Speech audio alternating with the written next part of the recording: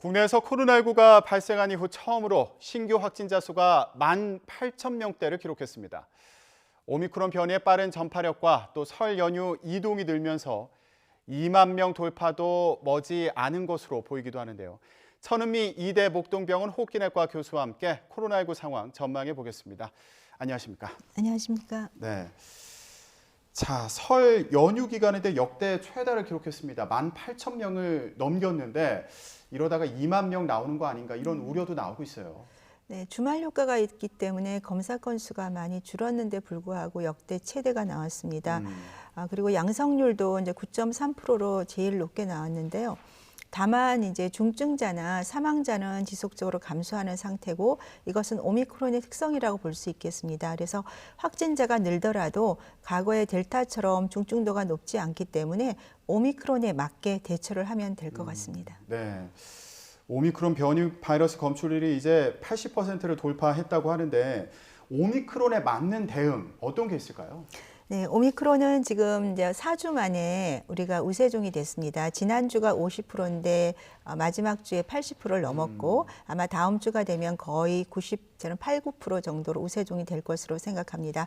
오미크론의 특성은 알고 계시지만 델타 대비 3배 정도 전파력이 높은 반면에 중증도는 델타 대비 젊은 층은 10분의 1, 전반적으로 한 5분의 1 정도로 국내에도 낮게 나와 있습니다.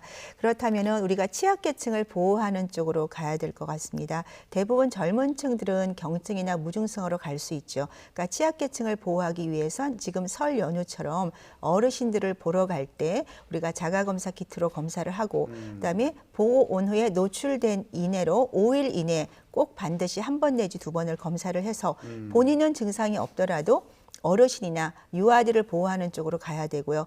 두 번째로는 우리가 마스크를 잘 쓰는데요. 마스크를 쓰면 우리는 이제 노출이 되더라도 아주 가볍게 바이러스에 적게 노출되기 때문에 무증상 경증으로 앓게 되는 거죠. 네. 그러면 좋은 점이 뭐냐면 본인은 증상이 없는데 몸에는 슈퍼 면역이 생긴다고 합니다. 하이브리드 면역이라고 그래서 백신만 맞는 것보다 이런 바이러스에 코로나에 감염이 될 경우에는 항체 여과가 10배 이상 증가하기 때문에 특히 점막에 항체가 생기는 장점이 있어서 앞으로는 아마 이렇게 가게 될 겁니다. 즉 우리가 피할 수 없다면 맞는데 바이러스에 감염이 되더라도 아주 가볍게 감염이 되는 방법의 하나가 저는 마스크고 특히 오미크론은 말씀드린 대로 이 손에 굉장히 오래 남아 있다는 그런 연구도 있었지 않습니까? 그러니까 손 위생도 잘하는 것이 중요할 것 같습니다. 네. 그리고 마지막으로 우리가 감염이 된 분 중에 취약계층을 보호하는 좋은 방법이 경구치료제의 적극적인 투여라고 생각합니다. 네. 자, 취약계층을 보호하기 위한 방법을 고민해야 된다고 말씀해 주셨는데 이 취약계층뿐 아니고요. 지금 젊은 층에서도 확진되는 경우가 많다고 하는데 특히 18세 연령군 확진자 수가 많이 늘고 있다고 하더라고요. 이건 왜 그런 건가요? 아무래도 수능이 끝나면서 18세 우리 학생들이 이런 음식점이나 이런 주점이나 친구들을 많이 만나면서 감염이 되는 것 같습니다.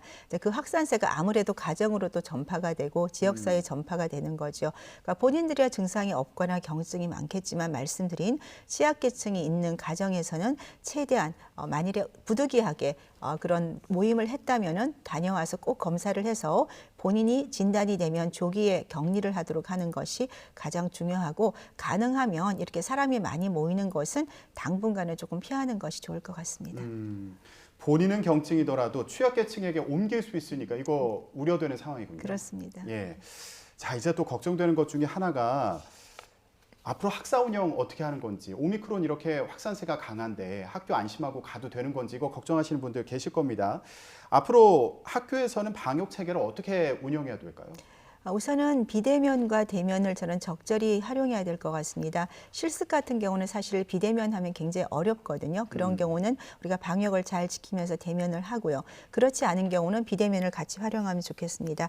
특히 해외에서는 등교 전에 집에서 신속항원 검사를 해서 음성인 경우에 등교를 할 경우에 상당히 효과적으로 학교 등교를 계속할 수 있었던 연구들이 있기 때문에 국내에도 집으로 좀 이런 키트를 좀 배달을 해주거나 학교에서 교사분이 학생들에게 줘서 집에서 검사하고 음성인 경우에만 등교를 해주시게 하는 방법이 저는 굉장히 권고드리고 싶고요. 그리고 가장 중요한 건 마스크입니다. 마스크 구성 KF를 잘 쓰시게 되면 대부분은 감염이 안 되겠지만 감염이 되더라도 정말 바이러스를 적게 노출되면서 우리가 효과를 볼 수 있습니다. 네. 이게 등교하기 전에 그 간이 검사 키트로 이제 검사를 해보고 가면 좋은데 네. 이게 이번 설 연휴에도 약국에 사러 갔더니 구하기 힘들더라 이렇게 말씀하시는 분들 계시더라고요. 이게 앞으로도 좀 검사하기가 어려운 거 아닌가 이런 걱정이 있는 것도 사실이에요. 네. 사실 마스크 때도 그랬는데요. 우리가 이제 자가검사 키트, 신속항원 검사를 정부가 좀 확대를 하겠다고 얘기를 하셨는데 그렇다면 그 전에 좀 더 생산량을 많이 늘렸을 필요가 분명히 있고요. 또한 이 오미크론이 확대되는 이 상태, 보통 한 달, 두 달 내에 피크를 찍고 대부분 내려오기 때문에 그 기간 내에는 해외에서도 일부 국가는 정부에서 무료로 지원을 많이 해주고 있습니다. 특히 설 연휴가 있는 이번 같은 경우는 정부가 한시적으로라도 가정에 뭐 4개 정도 아니면 개인당 2개 정도라도 좀 배부를 해주시거나 아니면 가격이 너무 비싸기 때문에 일반인들, 학생들은 사실 사서 검사하기가 어려워요. 그렇기 때문에 가격을 좀 많이 내려주시거나 저는 둘 중에 하나는 정부가 이번 기회에 좀 해주시는 것이 국민들이 취약계층을 보호할 수 있는 스스로 검사하는 방법이라고 생각합니다. 네. 또 학교에 대한 지원 방안도 나오는지 이것도 좀 지켜봐야겠군요. 그렇습니다. 예. 그리고 또 하나 주목되는 게 이제 설 연휴 끝나면은 고향 갔다 올라오시는 분들, 서울 다시 오시는 분들 많이 계실 텐데 지역별 상황을 보면요. 경북이랑 호남권의 경우에는 오미크론 검출률이 90%를 넘었습니다. 이런 걸 보면은 수도권보다 그 노출 위험이 더 큰 게 아닌가 이런 생각이 들기도 하는데 고향에서 다시 수도권으로 이렇게 유행이 번지는 상황도 예상해 볼 수 있을까요? 네, 지금 확진자가 많이 나온 오미크론 그 발생지는 주로 지방 대도시입니다. 아마도 해외에서 먼저 오미크론이 들어왔기 때문에 지방에서 많이 퍼진 것 같고요. 말씀드린 대로 설 연휴에는 분명히 수도권에서 지방에 가고 지방에서 다시 수도권으로 돌아오시기 때문에 수도권이 늘어날 확률이 더 높습니다. 그래서 부모님 만나고 오신 경우 여행을 하고 온 경우엔 반드시 검사를 하셔서 본인이 감염이 됐는지 확인하는 것이 필요할 것 같습니다. 자, 이렇다 보니까 이제 연휴 끝나고 혹시라도 의료 대응 역량이 좀 문제가 생기는 거 아닌가 이런 걱정도 있습니다. 왜냐하면은 위중증 나오는 경우가 좀 줄어든다고 해도요, 오미크론의 경우에. 근데 절대적인 확진자 수가 늘어나면 위중증 환자도 그만큼 숫자 자체는 늘어날 수 있는 거 아닙니까? 네, 아마도 입원 환자는 일시적으로 증가할 수는 있습니다만 아마 중증 환자는 많이 늘지 않고 저는 감소할 거라고 생각합니다. 그 사례는 해외가 거의 똑같은 양상으로 가고 있고요.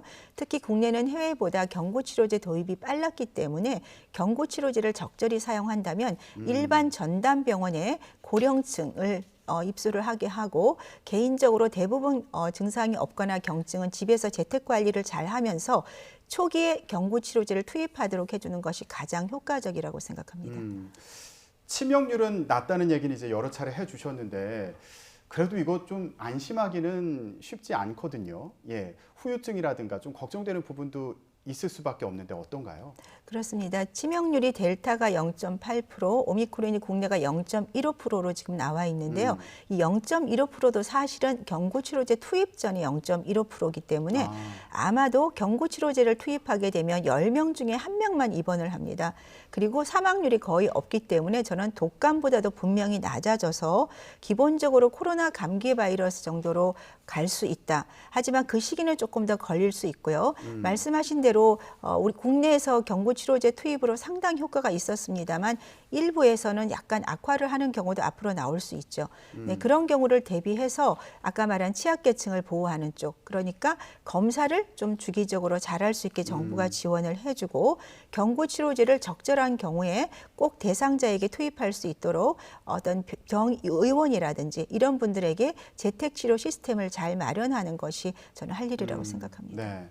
자, 이렇게 오미크론 확진자가 늘어나면서 방역 체계에도 조금씩 변화가 생기고 있는 그런 상황인데 여기에서 지금 스텔스 오미크론이라는 변이가 또 나왔다고 합니다. 네. 이거 약간 이름부터 좀 무섭거든요. 어떻습니까? 네, 스텔스 오미크론은 우리가 이제 오미크론이 원래 있고요. 거기에서 그러니까 BA1, BA2, BA3라고 세 개가 나눠져 있어요. 우리가 지금 우리나라 국내 유행하는 건 BA1이고요.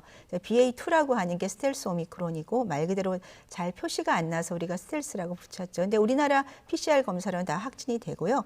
신속항원 검사로도 스텔스인지는 모르지만 코로나로 확진이 되게 되어 있기 때문에 검사에는 문제가 없습니다. 네. 그리고 BA3 같은 경우가 이미 덴마크에서 나오기 시작했고요. 덴마크는 BA1이 아니라 스텔스 오미크론인 BA2가 80%를 이미 넘었습니다. 네. 그 말은 이 BA2 스텔스 오미크론이 기존의 오미크론에 비해서 전파력이 한 1.5배 정도 높다고 나오고 있고 이미 영국이나 독일에서도 거의 10% 가까이 나오고 있다는 거는 앞으로 BA2 스텔스 오미크론이 기존에 우리나라에 유행하는 오미크론을 넘었을 수도 있을 것 같다는 그런 의미도 되기 때문에 잘 지켜봐야 될 것 같습니다. 그럼 일단은 오미크론인지는 바로 확인이 안 돼도 이게 코로나19 바이러스에 감염됐는지는 확인이 된다는 네, 말씀이죠? 신속항원 검사로 진단이 가능합니다. 네. 근데 증상이라든가 아니면 위중증률에 대해서도 좀 나온 얘기가 있나요?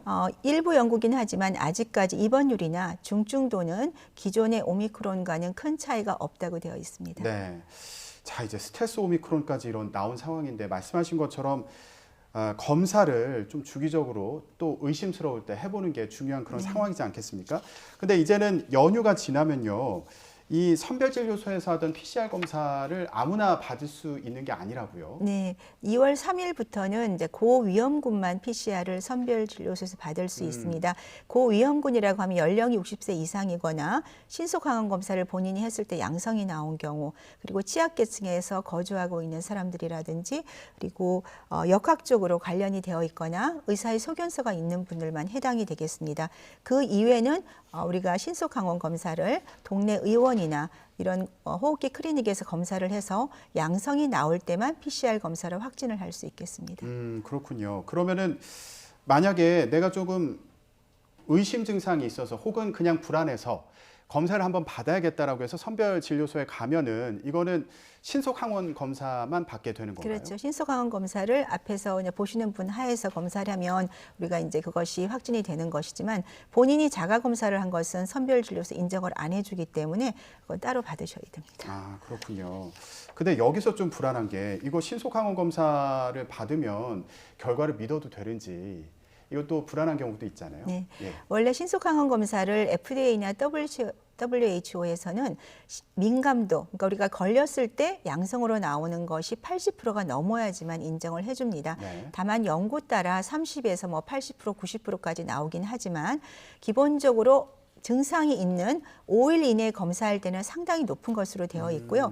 다만 말씀드린 대로 노출 후 5일 이내에 검사를 하되 하루나 이틀 간격으로 2번을 꼭 검사를 하셔야 됩니다. 왜냐하면 증상이 발현하더라도 하루 이틀 지나는 경우에 바이러스 복제량이 높기 때문에 양성률이 높죠. 내가 코가 좀 재채기가 콧물이 나오네 오늘 검사를 했어요. 네. 음성이라고 안심하지 마시고 한 이틀 있다가 다시 검사를 하면 양성률이 훨씬 높게 나온다는 것입니다. 네, 저도 연휴 기간에 이 자가 진단 키트로 검사를 좀 해봤는데 생각보다 좀 간편하더라고요. 네, 맞습니다. 예, 한두 번 해보시면 좀 익숙해지겠다 이런 생각이 그렇죠. 들었어요. 우리 방법 같은 경우는 숙지를 잘 하시면 되고요. 어떤 뭐 그런 앱이라든지 그런 데도 많이 있기 때문에 그 방법대로 따라 하시게 되면 한 두세 번만 해보시면 집에서 언제든지 할 수 있는 그런 장점을 갖고 있습니다. 네, 이렇게 직접 하는 게 좀 부담스럽거나 조금 못 믿었다 싶으신 분들은 이제 일반 동네 병의원에서도 검사를 받을 수 있는데 저희 보건당국 얘기를 좀 들어보겠습니다.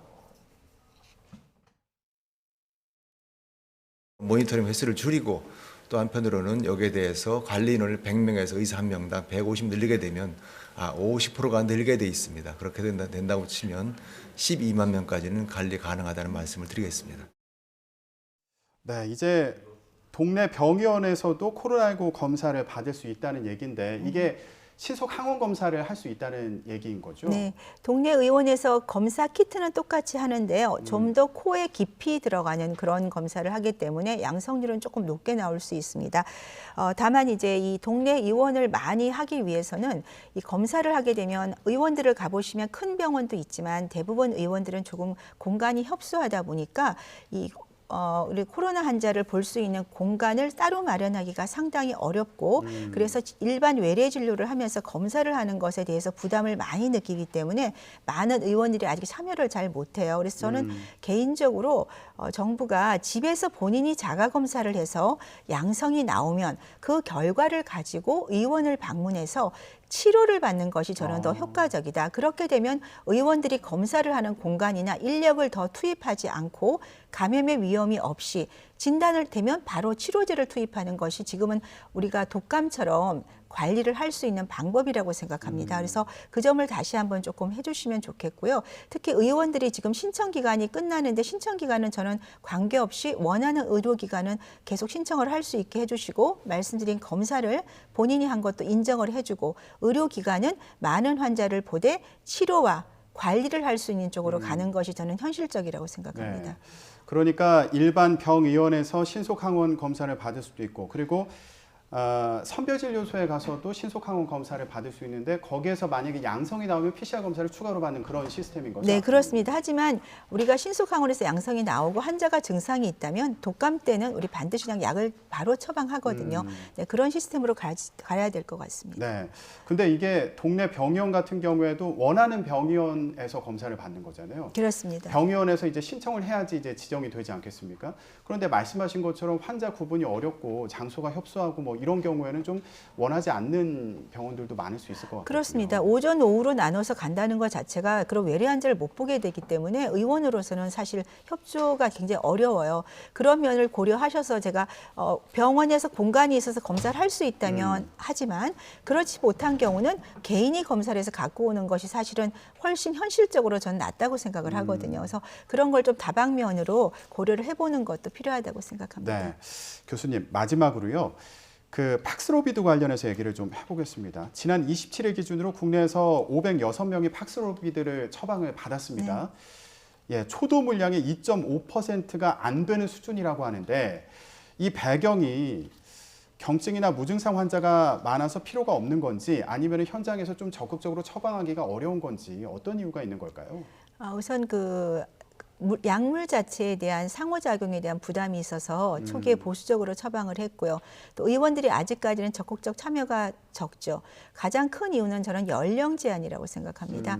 기본적으로 18세 이상의 대상자가 되는 질환을 가진 분들은 투여를 하는 게 맞고요. 그리고 연령 50세 이상인 경우에는 관계없이 투여를 하게 되면 사실 우리가 말씀한 후유증이 있기 때문에 내가 발열이 좀 있다든지 기침이 난다는 경우는 경구치료제 자체가 큰 부작용이 없기 때문에 투여를 받는 것이 저는 훨씬 효과적이다. 우리가 독감이 걸렸을 때 증상이 크지 않더라도 타미플루 처방을 해주는 이유가 빠른 시간 내에 바이러스 양을 줄여서 증상을 악화를 방지하는 거고요. 이 팍슬로비드를 투여하게 되면 바이러스 양이 10분의 1로 감소한다고 합니다. 그렇다면은 우리가 연령 제한이 18세 이상으로 해준다면 투여량도 많아질 것이고 많은 분들이 조기에 치료가 되기 때문에 입원율도 분명히 현저하게 줄 수 있다고 생각합니다. 네, 알겠습니다. 자, 연휴 기간 이후에 확진자가 폭증하는 건 아닌지 여러 우려가 나오고 있는데 무사히 지나갔으면 좋겠습니다. 오늘 말씀 여기까지 듣겠습니다. 천은미 이대 목동병원 호흡기내과 교수였습니다. 고맙습니다. 감사합니다.